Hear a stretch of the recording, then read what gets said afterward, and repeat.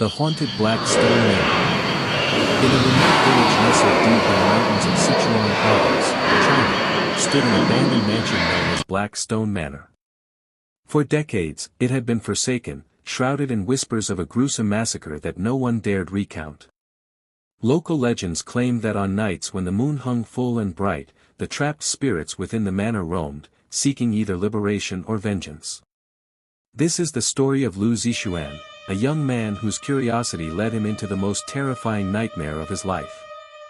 Part 1, The Curse Beneath the Moonlight. Lu Zixuan, a 24-year-old freelance journalist, thrived on uncovering mysterious tales to fuel his online articles. With tousled black hair and sharp, confident eyes, he carried an air of youthful arrogance. Zixuan didn't believe in ghosts, but he knew supernatural stories captivated readers. When a friend mentioned Black Stone Manor, he saw it as the perfect subject for his next piece. The village housing the manor was a 3-hour drive from the nearest city, accessible only by a rugged, stone-strewn road flanked by dense bamboo forests. The wind whispered eerily through the leaves as Zixuan arrived one late afternoon, the horizon ablaze with a blood-red sunset. The villagers eyed him warily, some shaking their heads when he inquired about the manor. "Don't go there, young man," an elderly vendor warned, her bony hands gripping his arm. "That house isn't for the living. Those who enter never return." Zixuan brushed off her words with a polite smile and continued on. Armed with a camera, a flashlight, a notebook, and a small flask of liquor to ward off the mountain chill, he approached the manor's gates as the full moon rose, casting an ethereal glow over the structure. Black Stone Manor was a relic of ancient Chinese architecture, with curved tiled roofs, rotting wooden pillars, and walls of gleaming obsidian-like stone. The half-collapsed wooden gate revealed a courtyard overgrown with weeds and littered with shattered pottery. A shiver ran down Zixuan's spine, but he dismissed it as the mountain breeze. Stepping over the threshold, the air grew heavy, thick with the scent of mold and something else, something metallic, like dried blood. Zixuan switched on his flashlight, its feeble beam cutting through the dark corridor. Faded paintings lined the walls, depicting distorted figures with hollow eyes staring directly at him. Part 2, The Shadow in the Mirror. Zixuan began exploring, snapping photos and jotting notes. In a grand room, likely once the main hall, he found an enormous antique mirror draped in dust. Wiping a corner clean, he froze.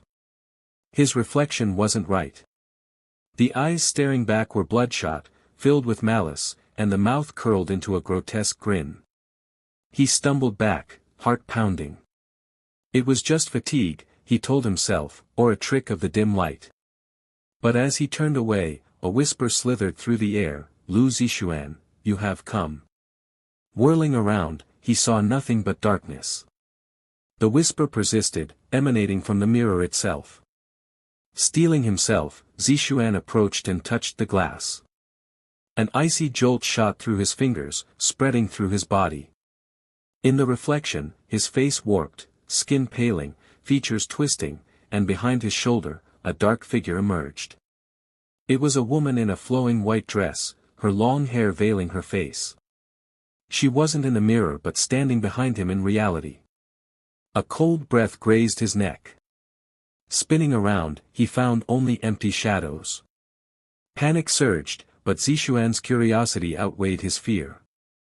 He fled the room, determined to uncover the manor's secrets for his story. Part 3, Secrets in the Cellar.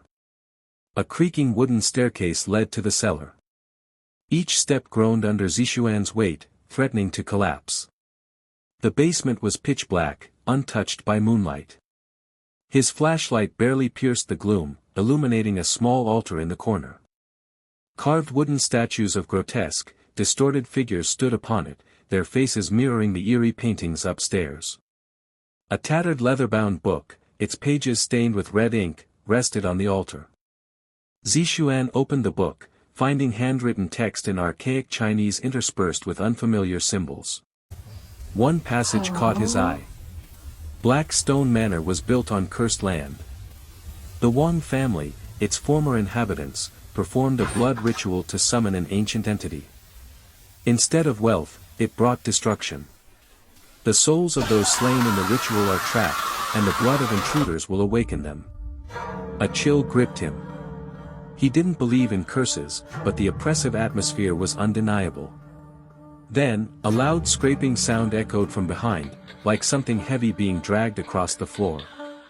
His flashlight beam caught a figure moving slowly in the shadows, the woman in white, her head now raised, revealing a face with no eyes, only deep, black sockets. Zixuan screamed, dropping his flashlight. He scrambled up the stairs, but they seemed to stretch endlessly. The scraping grew louder, accompanied by a guttural laugh, as if from a throat torn apart. Part 4, The Curse Unleashed. Zixuan reached the main floor, but the manor had changed. The walls seemed to close in, the corridors narrowing, and the moonlight outside burned a sinister red. He ducked into another room, slamming the door and leaning against it, gasping for breath. Inside, he found an old wooden chest, secured with a rusted lock. Curiosity overriding fear, he pried it open with a nearby iron rod.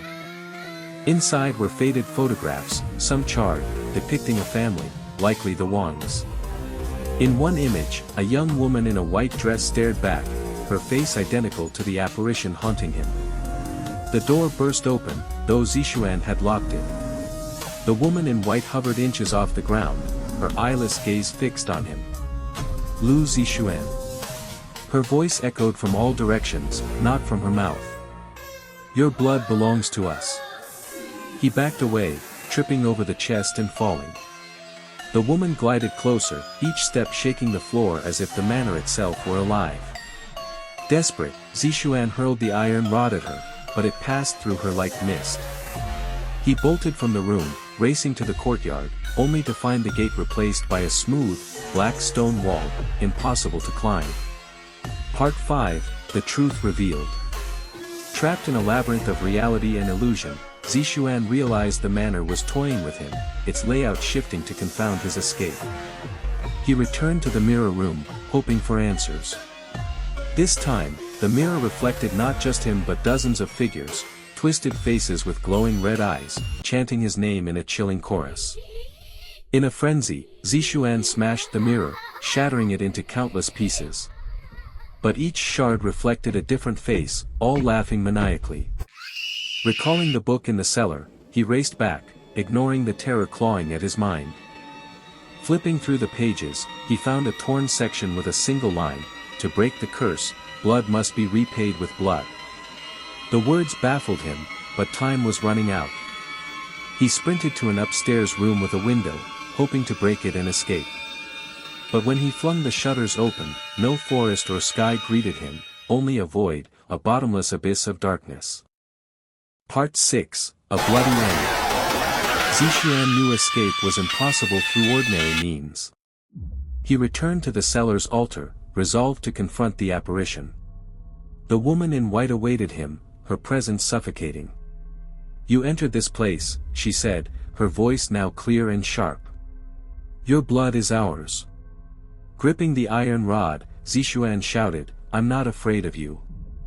But as he lunged, she vanished, and a searing pain erupted in his chest. Looking down, he saw blood seeping from a wound that hadn't been there moments before. It dripped onto the altar, and the manor quaked violently. The wooden statues animated, their distorted faces coming alive, screaming in voices that were anything but human. Zixuan collapsed, his strength draining with his blood. As his vision faded, the woman in white leaned close, whispering, "Thank you. I am free." Epilogue. The next morning, villagers found Lu Zixuan's body outside Black Stone Manor's gates. No one dared enter to investigate, but they noticed something strange. The manor looked renewed, as if freshly built.